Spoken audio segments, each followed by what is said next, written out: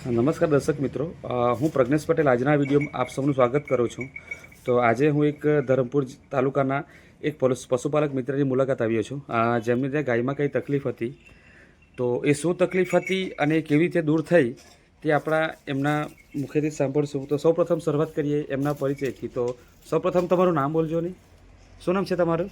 કૌશલ્યાબેન કમલેશભાઈ પટેલ. કૌશલ્યાબેન કમલેશભાઈ Patel. Okay, આપણું ગામ કયું? બારોલિયા. બારોલિયા. તાલુકો ધરમપુર અને જિલ્લો વલસાડ, ગુજરાત. અને તમે એમના મિસ્ટર છો. આપણે નામ શું તમારું પૂરું નામ? પટેલ કમલેશભાઈ બી પટેલ. કમલેશભાઈ બી પટેલ. અમને એ માહિતી આપજો કે આપણે જે પશુપાલન છે, ગાય જે છે એ કેટલા વર્ષોથી તમે કરો છો પશુપાલન? અંદાજિત અંદાજે 7 વર્ષ થઈ ગયા. 7 વર્ષથી તમે પશુપાલન કરો છો, બરાબર. હવે હાલમાં આપણે ત્યાં કેટલી ગાયો છે? અત્યારે આપણે 3 ગાય છે ને એક વાસળી. ઓકે, આ જે દેખાઈ રહ્યા છે 3 ગાય છે, એક વાછરડી છે અને આ વિયાણ થયું છે, બરાબર ને? વાછરડી છે ને? વાસેડો છે. ઓકે, જેનો અત્યારે વિયાણ થયું છે, બરાબર છે. હવે કૌશલ્યાબેન, અમને માહિતી આપજો કે આપણે ત્યાં ગાયમાં કઈ તકલીફ હતી? શું તકલીફ હતી ગાયને?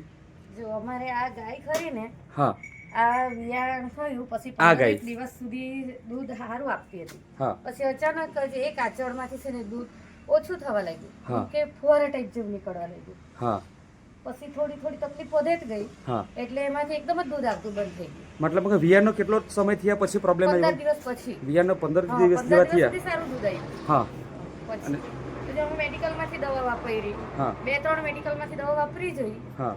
પણ ફેર નહીં પડ્યો. ઓકે, એટલે આચળમાં પ્રોબ્લેમ આવી ગયો 15 હા, દિવસ પછી. હા. આ કઈ આચળમાં તમે કહેતા હતા? આજે આ જો આ સાઈડનો છે પહેલો આચળ ખરો ને, આજે પહેલું આચળ, હા, બરાબર છે, હા. એમાં પ્રોબ્લેમ આવી ગયો. હા. મતલબમાં કે એમાંથી ફુવારા ટાઈપ દૂધ હા, નીકળતું એમ. ફુવારા ટાઈપ. ને પછી તો ફુવારા બી નહીં નીકળે, ઓકે, બંધ જ થઈ ગયું. ઓકે. મતલબમાં કે પછી એ પણ દૂધ નીકળતું હા, બંધ થઈ ગયું. હા, અમારે નળી નાખવા પડી. એટલે તમે જે દૂધ કાઢતા એ કઈ રીતના કાઢતા? એમ તો હાથથી જ કરતા હાથથી હતા. કરતા, હા, પણ નળી નાખવી પડતી એમ. હા, પછી આચળમાં નળી નાખવા પડતી હતી. Okay, okay. હવે તમે એના માટે દવા બી કરી એમ, પણ દવામાં ફરક આવ્યો ખરો કે? દવામાં તો શું કે નળી નાખે તો જ દૂધ નીકળે, બાકી ગમે એટલું દબાવો પણ દૂધ જરાય નહીં. ઓકે. અને એ લોકો શું કહેતા? હવે આચળ તમારો પ્રોબ્લેમ આવી ગયા. હા, હવે કદાચ જ તમારે મોટે. ઓકે, હા, આ અહીંયા સુધી વાત કરેલી મેડિકલ. મતલબમાં કે હવે તમે પછી આશા બી છોડી મૂકી કે હવે હા, એનું સુધરી હવે શકે એવું એ નથી. લોકોએ અમને એમ શું કીધું હા. કે જો બીજી વાર ગામડ રહે ને હા. તો કદાચ તમારે સુધરે એમ. સુધરે બાકી એમ. અત્યારે તો હવે એક મહિનો વધારે પાછું થઈ ગઈ, એની થઈ ટ્રીટમેન્ટ ગયું. ચાલુ હતી. ઓકે, ઓકે, બરાબર છે. એટલે તમે આશા છોડી જ મૂકેલી હા, હતી. આશા તો છોડી જ મૂકેલી. હવે તમે કીધું કે અત્યારે તો હવે તમે રેગ્યુલર દૂધ કાઢો છો એનું સારી રીતના, બરાબર છે. આચળ બી સુધરી ગયા છે, બરાબર. તો એ શેના કરે એવું? તો તમે શું વસ્તુ વાપર્યું એ જણાવજો. એ અમારા ઘરવાળા ખરા ને, હા છે, આ એણે યુટ્યુબ પર વિડીયો જોયો. ઓકે, આ કમલેશભાઈ છે, એમને હા. યુટ્યુબ પર વિડીયો જોયો. હા, એણે યુટ્યુબ પર વિડીયો જોયો. હા, એણે ઘરે આવીને મને વાત કરી. હા. મને તો વિશ્વાસ જ નહીં હતો, એવું બને જ નહીં એમ. એ તો બધા કદાચ ફેક વિડીયો હોઈ શકે. ઓકે, ઓકે, હા. તો એ ભાઈ મારું નહીં માન્યું, આ બેનને ફોન કર્યો. ઓકે. આ શીતલબેન છે, હા. બરાબર. હા, એમને એના ફોન ઉપર કર્યો. કોલ કરીને પાવડર મંગાવ્યું. આ ઓકે. બેન આવ્યો તો મેં એને ઘણા પ્રશ્ન પૂછ્યા, કે પૂછેલા ને, હા, કે બરાબર છે. પરફેક્ટ સારું થશે કે? હા, હા, હા, એમ. હા. ઓકે, પછી એ લોકોએ કીધું કે નહીં, રિઝલ્ટ પાકું મળે છે જેમ. તો ઓકે, પછી એ લોકોને વિશ્વાસ ના આધારે અમે આ પાવડર લીધું. ઓકે. કયો પાવડર? જરાક પાવડર બતાવજો ને. હા, ઓકે, આ બાયોવિક, ઓકે. આ જરા ફરાવજો ને. પાવડર છે. ઓકે. તમે આ આજે વાપર્યો. ઓકે, આજે રેડસપ કંપનીનું પ્રોડક્ટ છે. હા, પેટવેટ મતલબમાં જે પશુપાલન માટેનું એક ફૂડ સપ્લિમેન્ટ છે. હા, આ તમે ઉપયોગ કરવાનું ચાલુ કર્યું એમ? હા, ઓકે, હા. આ હું 3 દિવસ જેવું વાપર્યું. હા, વાંધો નહીં, તો કંઈ આપી દેવાની. પછી ઓકે. આ કેટલા દિવસ તમે વાપર્યું કીધું? એટલે હા, આ વાપર્યું ને 3જા દિવસથી જ અમારે આચળ ખુલ્લો થઈ ગયો. ઓકે, હા, થોડું થોડું દૂધ આવવાનું ચાલુ થઈ ગયું. ઓકે, એમ કરતા કે તમે હું 2-2 ચમચી આપતા હતા પહેલા, હા, ઓકે, કે થોડાક દિવસ પછી એકદમ ખુલ્લો થઈ ગયો. ઓકે. મતલબમાં કે વાપરવાના આ ઉપયોગ કરી હા. નેટસપના પેલા પાવડરની હા. અને 3 દિવસમાં તમને ફાયદો 3 દેખાવાનો દિવસમાં ખુલ્લો થઈ ગયો. ખુલ્લો થઈ ગયો, હા.